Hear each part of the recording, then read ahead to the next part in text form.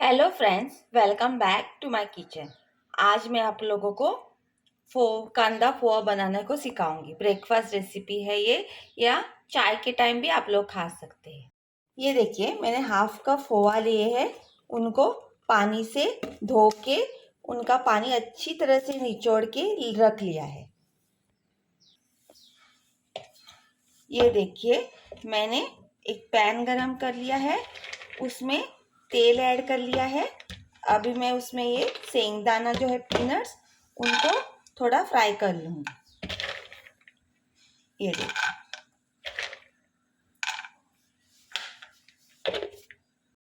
ये देखिए, फ्रेंड्स, मैंने इसको पीनट्स को रख दिया है। अभी मैं इसको थोड़ा सा ब्राउन होने तक कुक करूँगी। आपको कलर चेंज हो जाएगा, आपको मालूम हो जाएगा ये कुक हो गए हैं कि नहीं।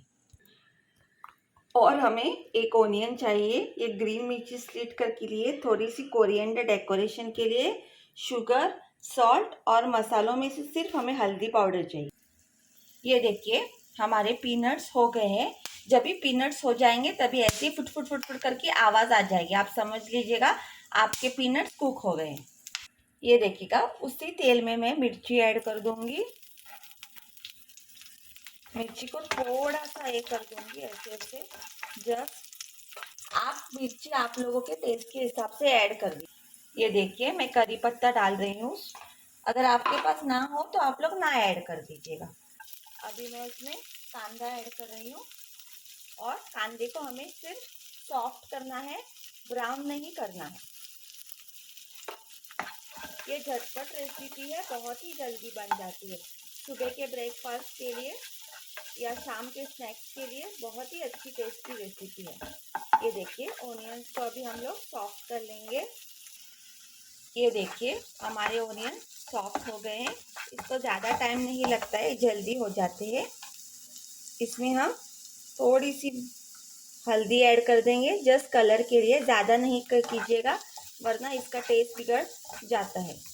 ये देखिए, थोड़ी सी तेल में इसको कलर के लिए ऐड कर दीजिएगा। अभी जो हमने पोहा भिगो के रखा है ना, उसको हम लोग ऐड कर देंगे। ये देखिए,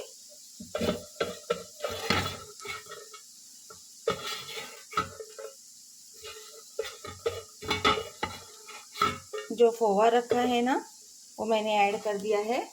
अभी मैं इसमें टेस्ट के हिसाब से नमक आप अपने टेस्ट के हिसाब से ऐड कर दीजिएगा, और थोड़ी सी शुगर ऐड कर दूंगी। इससे शुगर ऐड करने से बहुत ही अच्छा टेस्ट आ जाता है। ये देखिए, अभी हम लोग इसको मिक्स कर देंगे।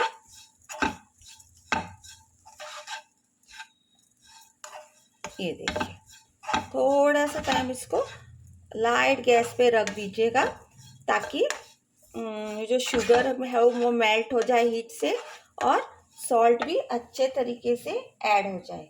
थोड़ी सी कोरिएंडर अभी डाल दीजिएगा, थोड़ी सी डेकोरेशन के लिए रख दीजिएगा। और थोड़े से जो शेंगदाने मतलब पीनट्स है, वो भी आप ऐड कर दीजिएगा, थोड़े से रख दीजिएगा।